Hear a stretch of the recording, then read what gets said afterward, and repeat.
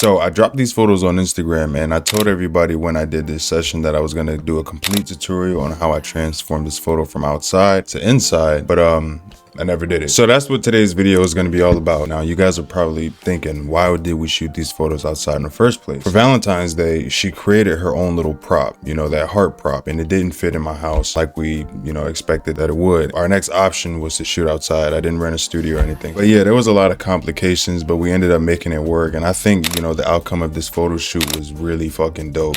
She loved the photos. I loved the photos. And yeah, man, today I'm really just gonna show you guys how I was able to do this, and you know, yeah, let's do it.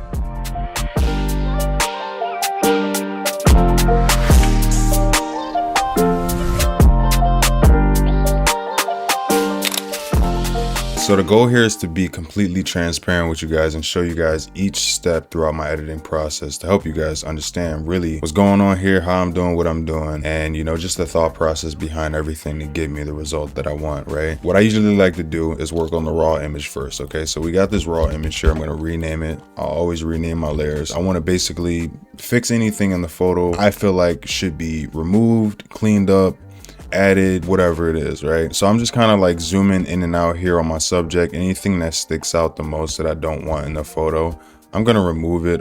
This right here, I'll take that out. Looking down here at the legs, let's just clean up anything that sticks out that we don't want.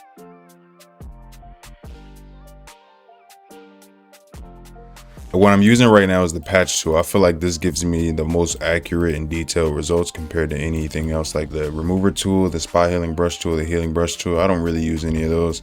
It's really just the patch tool because it gives me the most accurate and detailed results. And I also want to clean up the box here. So all of these staples that you see in the box, I'm going to go ahead and remove those now.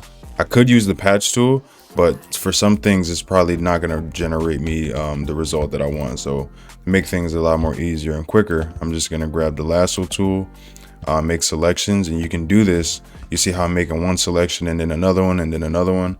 I'm basically just holding down shift and it allows me to add. Now if I want to remove, I'm going to hold alt and then remove, right? So I'm just going to add a selection around each one of these. Then I'm going to right click, go to generative fill, and then it should just erase all of it. So now that that's generated and removed those staples that were down there on the box, we now have this new generative fill layer, right? So if I hide it and remove it, we're going to see the before and after. Okay, what I want to do with that layer is basically just group that one to the raw photo so that anything that we do, it affects everything instead of just one layer on top of the other. You get what I'm saying? So I'm gonna name this one raw again, or no, we're gonna name this one frequency 1 at this point.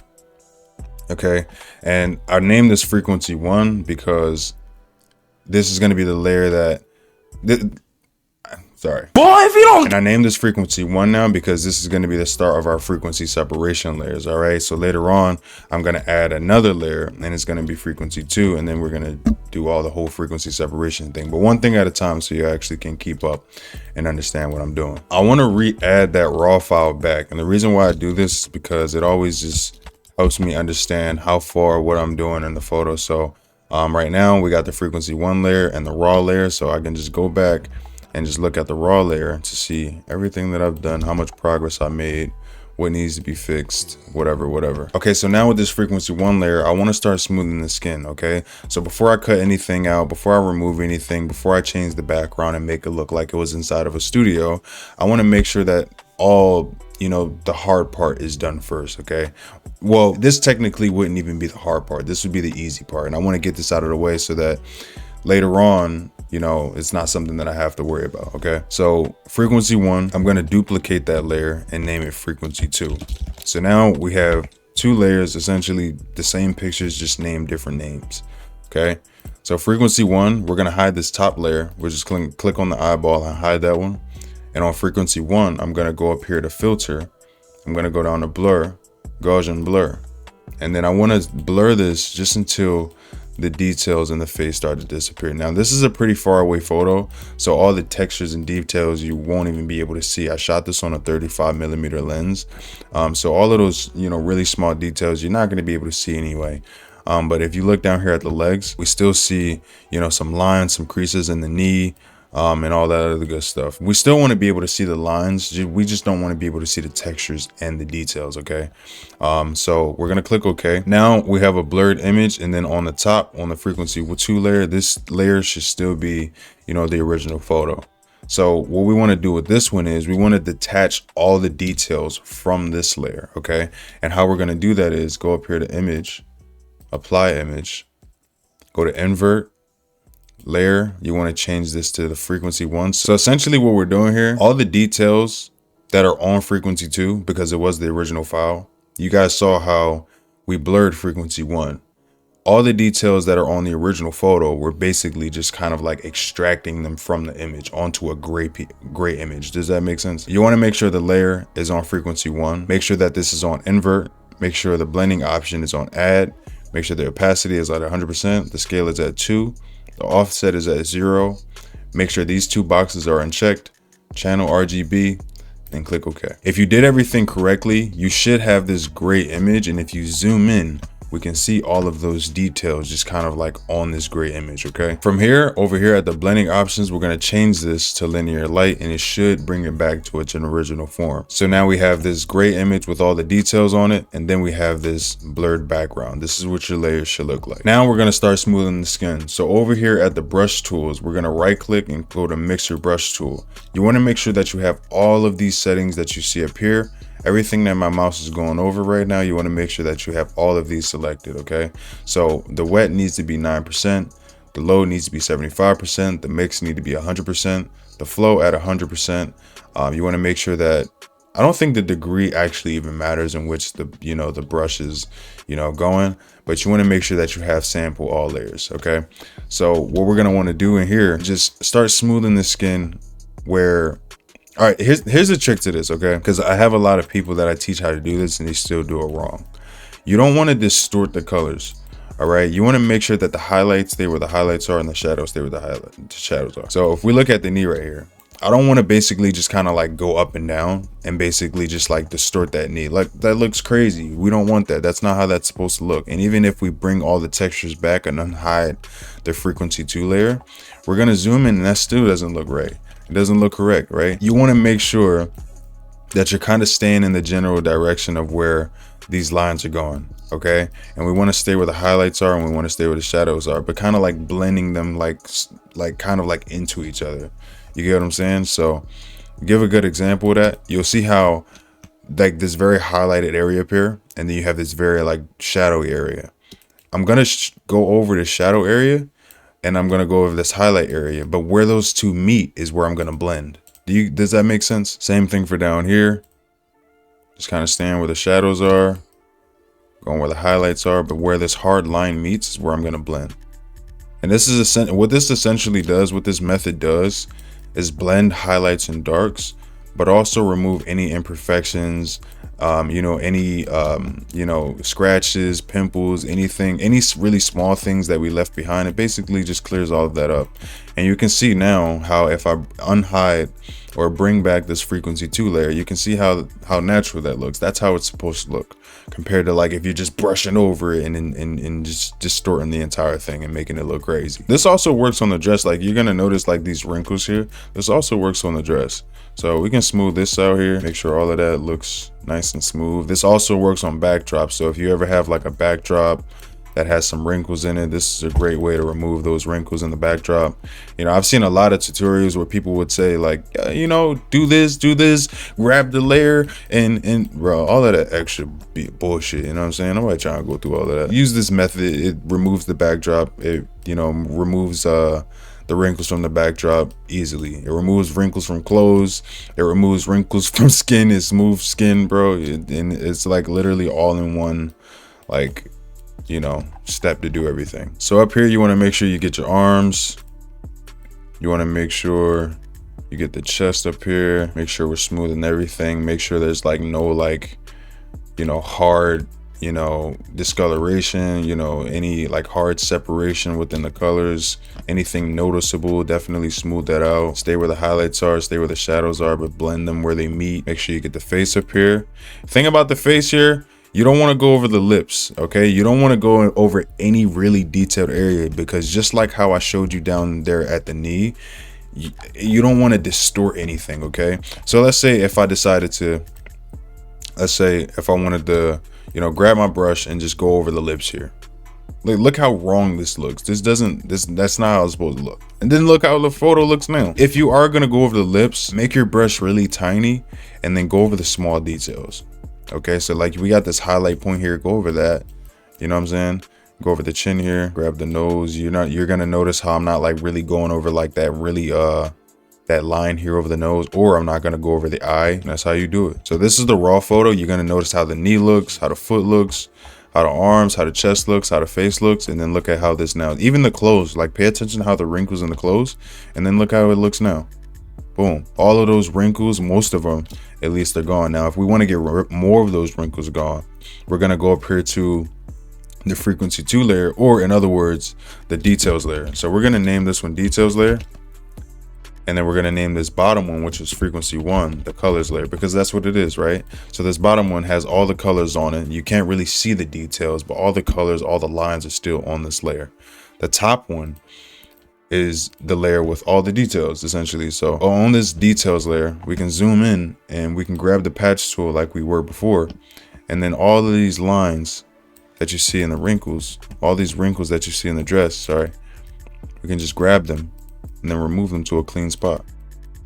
Now all of those wrinkles are pretty much just gone. Very simple. I'm not telling y'all to do all of these different steps and all of these I'm not telling y'all to do all that shit, bro. Ain't nobody got time for all that. But if you do this, it'll save you time. Your work looks a lot more professional. This is also something you can do on the face too. So we're gonna notice here how we got all of these lines. A lot of these are just aging lines, which is fine. You can keep those. Some people, they like to remove them. Like, for example, if, I will remove them, naturally. But for this example, I'm going to keep them in. A lot of people would like to keep like the realism in the photo, and I don't think that if you remove, certain things like this, it removes like the realism. If anything, it makes it a lot more cleaner in my opinion. But really, it just boils down to preference and what you want to do with your photo. Like there's a lot of politics in photography, which I hate. Where people will say, oh, you're not allowed to do this, or you're not supposed to do this. But I feel like what it really comes down to is if your client loves it, and if you love it, and if you like your work, then that's all that matters. Like, fuck what everybody else is saying and thinking. Like, stay true to what you're doing, understand what you're doing, knowing what you're doing. And if you have confidence what you're doing, people are gonna love your stuff, right? All right, so after all of that is said and done, this is what the before photo is looking like compared to now. A lot more cleaner. Their skin looks a lot more smoother. Everything looks, very professional and nicely done. All right, so what we're gonna do now is all three of these layers, right? We're gonna grab all of these together holding shift. So while this top layer is selected, I'm gonna go down, I'm gonna hold shift, and then I'm gonna left click on that layer, and everything in between is gonna grab, okay? Now, we don't wanna merge these together, but just yet. We're not gonna merge these together yet, but we're gonna duplicate them. So copy and paste them, and then we're gonna merge them. Now, I do this because if I ever need to return to, my frequency separation layers, I can. Like, I don't want to cripple myself throughout my editing process and be like, oh, damn, like, I had to go back and fix this, so I can, redo some things, go back, fix it, and then, proceed with my editing process rather than having to start everything all over, right? Now, we have this layer with everything merged into one, okay? So we're gonna name this right now subject, but that name is gonna change later on. What we're gonna wanna do is grab this quick selection tool. I'm gonna go up here to cloud detail results. I'm gonna select subject, and this is gonna give me a PNG cutout of my model. So now that we have this cutout of our model, we wanna make this cutout a lot more accurate and detailed and, just look a lot better.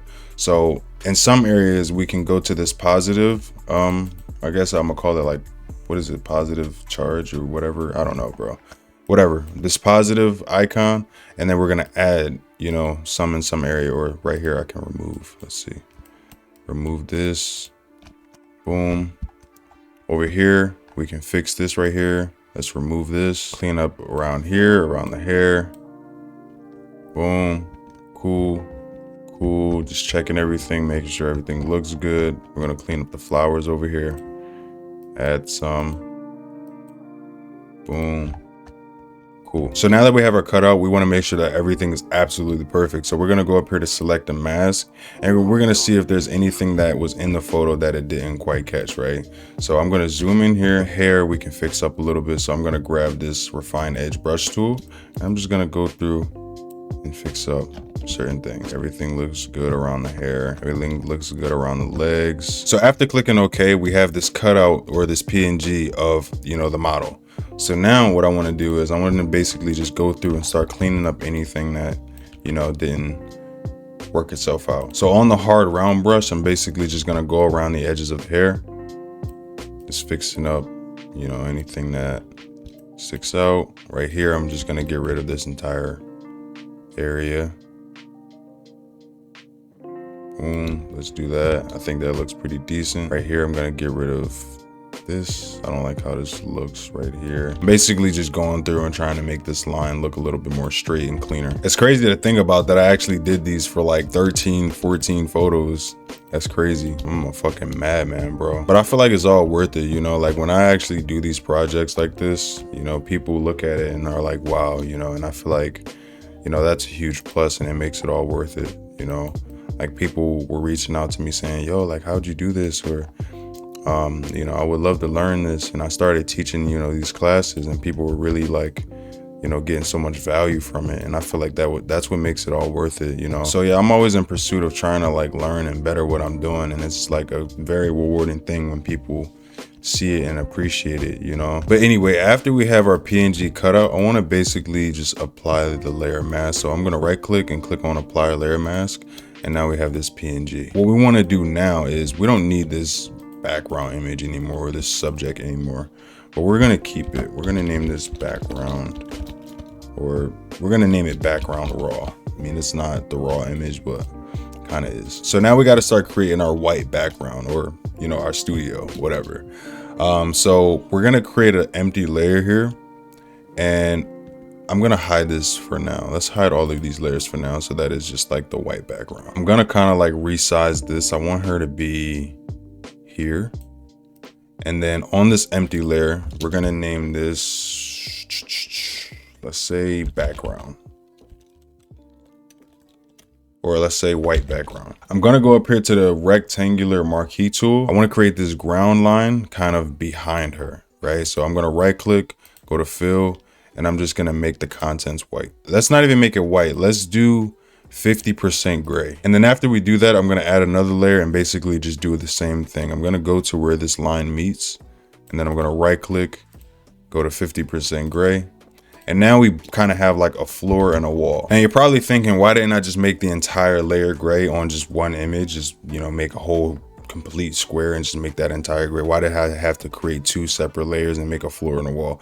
It's because I'm probably going to want to make the floor darker than the wall, or the wall darker than the floor, or whatever, you know, I would want to do with the floor and the wall. So just keeping those separate just kind of gives me that flexibility of like, okay, what if I want to change this with the wall or do this with the floor? Do you get what I'm saying? So moving on top of those two layers, I want to add a curves layer, and I just want to make that darker.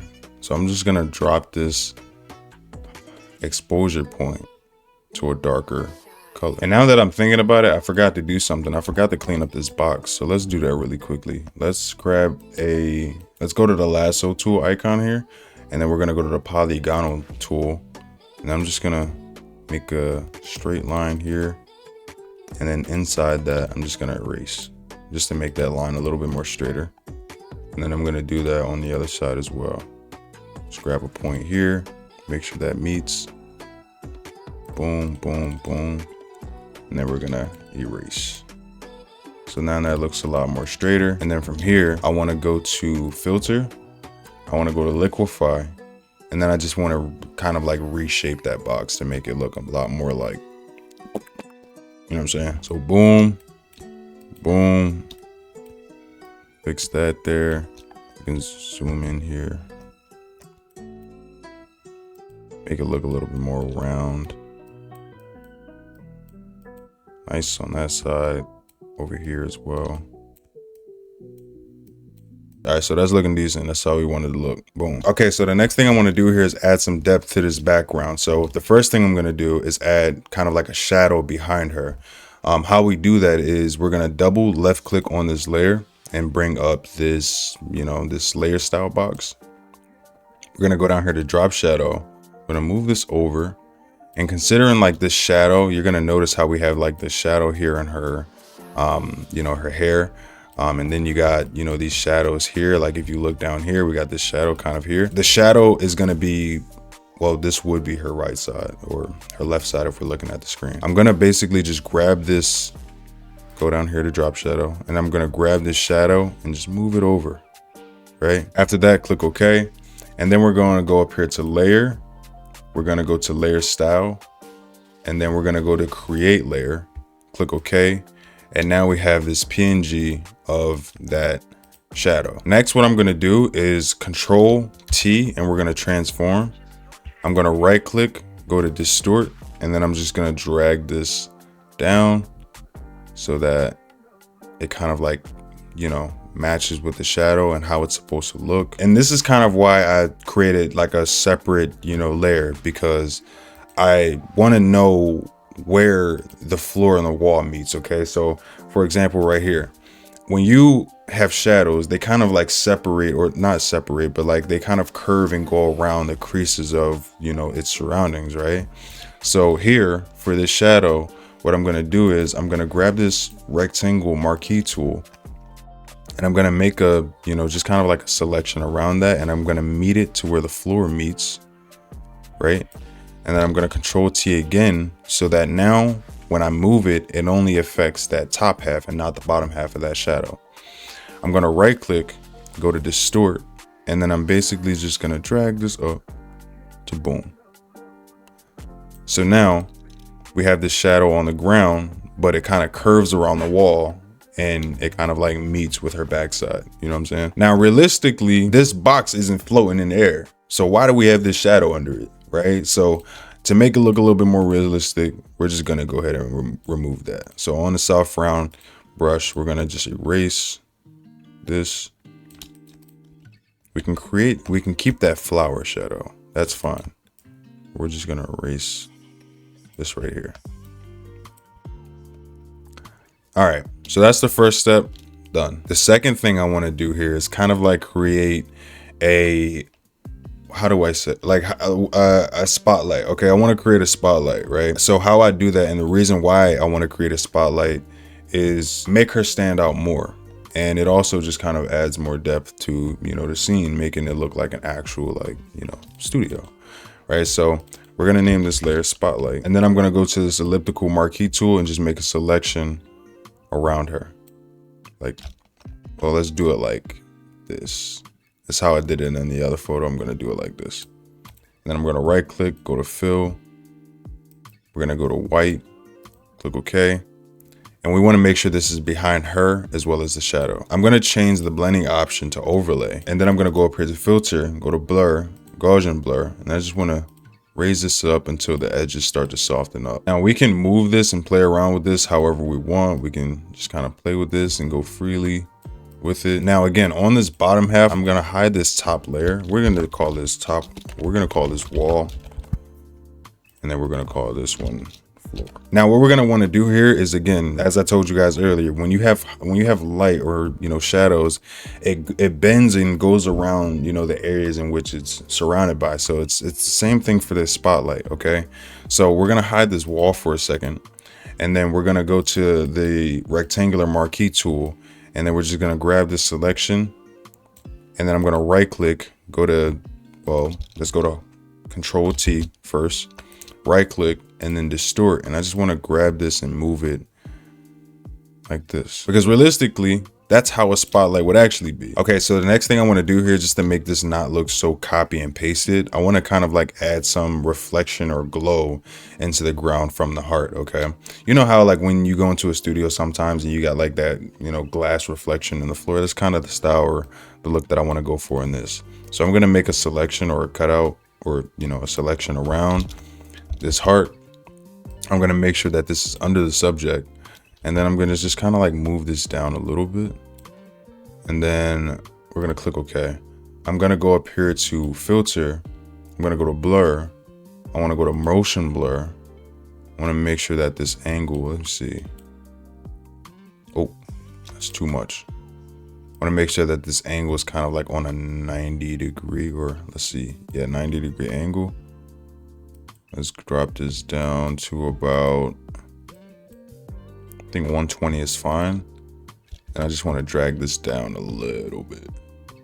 Just like that. Kind of like clean up this edge a little bit. Same thing on the other side. That looks good. Cool. Okay, so to make this look a little bit more realistic, I want to add some shadow in between this glow that we added to the ground, or this reflection that we put in the ground, and the subject layer. So I'm going to add an empty layer in between both of those. We're going to name this shadow, and then I'm going to grab my brush tool. I'm going to make sure that this is on black, of course. So let's just kind of add some shadow here, and then here.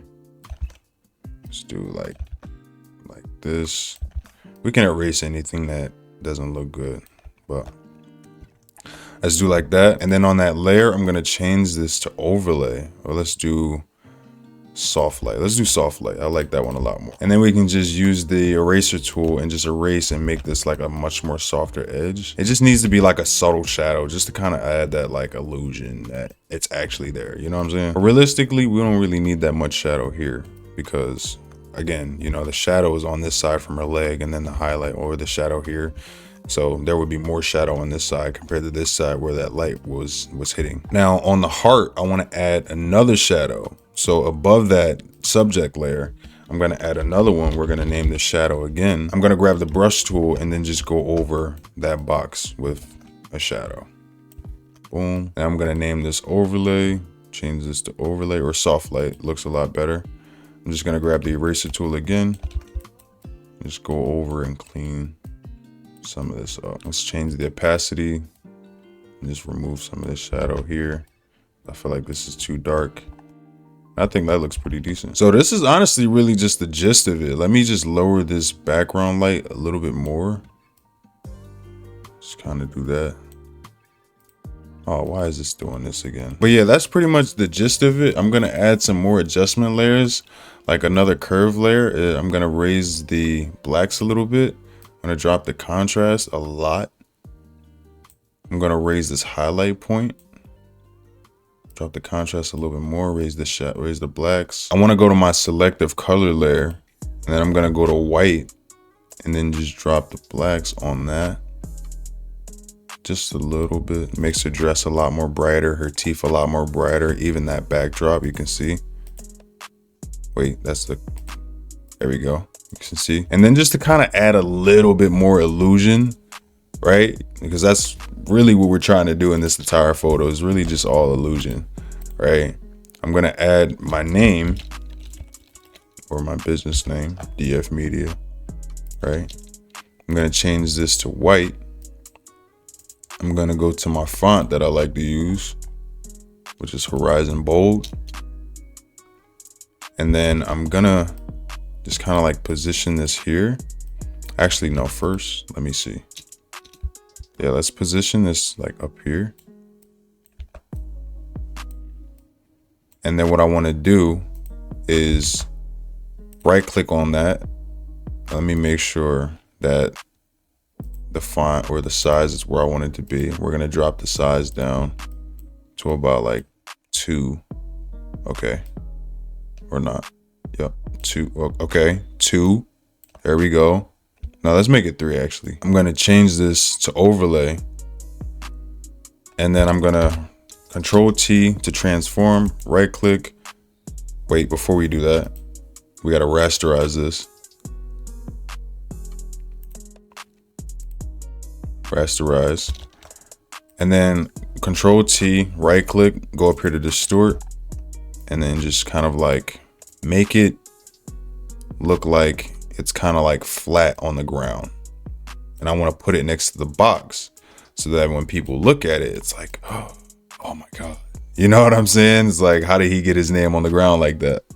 It's edited, bro. It's not actually there, G. You know what I'm saying? It just makes the photo look a lot more like decent. Now, yeah, this is pretty much it, bro. Like, this is the complete tutorial, man, of before and after. You can obviously do, you know, whatever else you want. If you want to add anything else, let me see. One last thing I'm gonna add an empty layer, and then I'm gonna make a huge selection around the box. I'm gonna right click, go to fill, change this to 50% gray. And then we're gonna go to the blending options here. Let's make sure that this layer is above everything. I'm gonna go to the layer options here, go to overlay so that it's transparent. And then I'm gonna go up here to filter, go to noise, add noise. And I wanna add noise just to kind of make this, you know, just add some like texture to the image, right? I think 2 is fine. 3 looks like it's a bit much, but 2 looks fine. And then yeah, that's it. If you guys enjoy this transformation video, if you feel like you learned something, if you feel like this video was valuable, if you like me, you want to learn more stuff like this, man, go ahead and hit the follow button, subscribe wherever I'm going to post this to. I don't know if this is going to go on YouTube, Patreon, Instagram, whatever, I don't know, but go ahead and hit the like button, subscribe, follow, do all that good stuff, engage with this video, share this video with somebody who you feel like, you know, could learn something here, would be interested in this kind of content, whatever. And I appreciate y'all for watching. I'll catch y'all in the next video. And if you would like to learn more stuff like this, I do host one-on-one coaching. I do have a masterclass where I teach you guys how to, grow on social media, how to, get more clients, how to get your products, services, whatever that may be, in front of the eyes of more people to sell more stuff, right? If you would like to learn more stuff like that, how to grow on social media, how to improve your retouching, go ahead and send me a DM, or my link to my website will be in the description of this video. So you can go ahead to my website, look at all my information, contact me for a consultation. We'll chop it up, we'll talk, get the meat. And yeah, I appreciate y'all for watching the video. I'll catch y'all in the next one. Peace.